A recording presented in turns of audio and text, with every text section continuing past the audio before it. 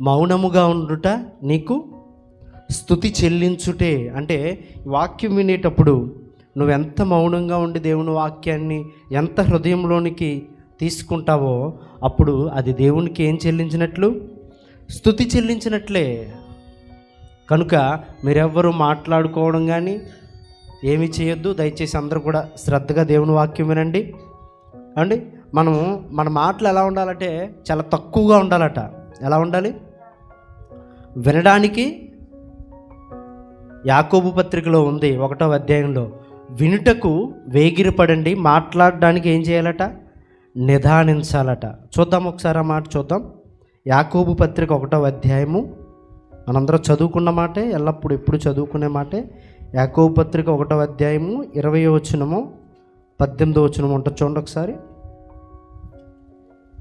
యాకోబు పత్రిక, నా ప్రియ సహోదరులారా, మీరు ఈ సంగతి ఎరుగుదురు గనుక ప్రతి మనుషుడు వినుటకు వేగిరపడువాడును, మాటలాడుటకు నిదానించువాడును. చాలండి. మాట్లాడడానికి ఎలా ఉండాలంటే మనము నిదానించువాడిగా ఉండాలి.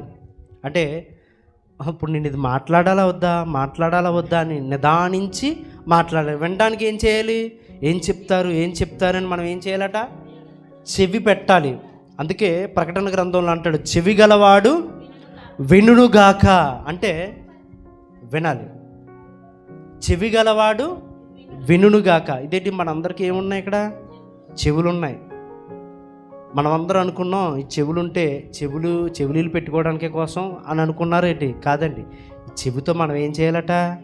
ఆయన మాటలు వినాలి. ఓన్లీ వీటికే కాదండి. చెవన్న దేనికి ఇచ్చాడు దేవుడు? వినడానికి. ఏం వినడానికి? దేవుని వాక్యము, దేవుని మాటలు, మంచి మాటలు వినడానికి మనకి దేవుడు చెవునిచ్చాడు. ఆ చెవులు ఉంటే గనక చెవి గలవాడు అన్నారు వాడిని. అంటే వినే చెవి ఉంటేనే చెవి గలవాడు. చెవి గలవాడు వినుగాక అన్నాడు. దేవుని నామానికి మహిమ కలుగును గాక. ప్రియమైన దేవుని వారలారా, మనం మాట్లాడడానికి ఎలా ఉండాలట? నిదానించాలి. అంటే మనం ఎక్కువగా మాట్లాడకూడదు. ఎక్కడైనా సరే, సన్నిధిలో అయినా సరే, బయట అయినా సరే, ఎంత తక్కువ మాట్లాడితే అంత విలువట, అంత మంచిదట అండి.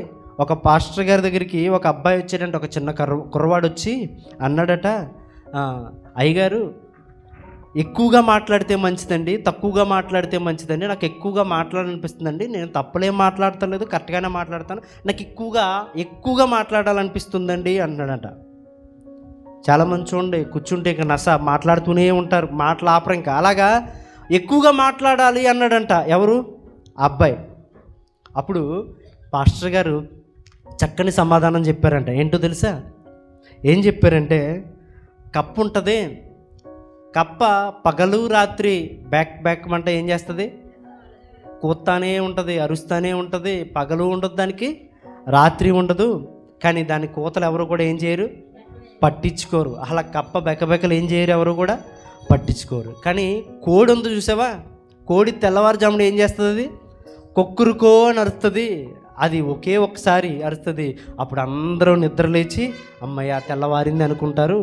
అంటే నువ్వు మాట్లాడే మాట ఎక్కువ మాట్లాడితే విలువని కాదు, ఎప్పుడు మాట్లాడితే ఆ మాటకి సందర్భం ఎప్పుడు మాట్లాడతావో అప్పుడే నీ మాటకి విలువ ఉంటుంది. అంటే ఎంత తక్కువ మాట్లాడితే అంత విలువ, ఎంత ఎక్కువ మాట్లాడితే విలువ ఉండదు. అది ఎప్పుడు మాట్లాడాలి? నీ మాట్లాడే సమయం, సందర్భం వచ్చినప్పుడు నువ్వు స్పష్టంగా విషయాన్ని తెలియజేస్తే అదే నీకు విలువని చెప్పాడు. అప్పుడు ఆ అబ్బాయి ఎంతో ఆనందంతో, నిజమే సార్, చాలా కరెక్ట్గా చెప్పారు, నిజమే, కోడి కూస్తున్నప్పుడు దానికి ఎంత విలువ, అందరూ నిద్రలేస్తారు, అది ఒక్కసారి అరుస్తుంది తెల్లవారుజాముని, మరలా పగలంతా కుక్కరుకు అందది, నిజమే. అలాగే మనం మాట్లాడే మాటలు కూడా ఎలా ఉండాలంటే నిదానించి ఏ సమయంలో ఏ సందర్భంలో ఎలా మాట్లాడాలో నేర్చుకోవాలి అన్నాడంట. నిజమే. నేను చెప్పే మాట అబద్ధం అనుకుంటున్నారా? సామెతల గ్రంథము 17వ అధ్యాయము 27వ వచనం చూడండి. సామెతల గ్రంథము 17వ అధ్యాయము 27వ వచనం. అంటే మనం ఇంకా, నేను వాక్యంలోనికి వెళ్ళలేదు, కొద్ది మాటలు, హెచ్చరిక మాటలు మీకు చెప్పిన తర్వాత వాక్యంలోనికి వెళ్తాను. సామెతల గ్రంథము 17వ అధ్యాయము 27వ వచనం. మితముగా మాట్లాడువాడు తెలివి గలవాడు. చూసారా ఏముంది అక్కడ? మితముగా మాట్లాడువాడు తెలివి గలవాడు. ఏంటి ఏం మాట్లాడేటరా అనుకుంటున్నారేమో. మితముగా మాట్లాడేవాడు ఎవరట? తెలివి గలవాడు, శాంత గుణము గలవాడు, వివేకము గలవాడు. మితముగా, నువ్వు మితముగా ఏది చేసినా నీకు ఆరోగ్యమే. మితముగా తిన్న ఆరోగ్యమే, మితముగా మాట్లాడిన ఆరోగ్యమే. ఏదైనా సరే అతి దేనికి పనిచేయదు. మితము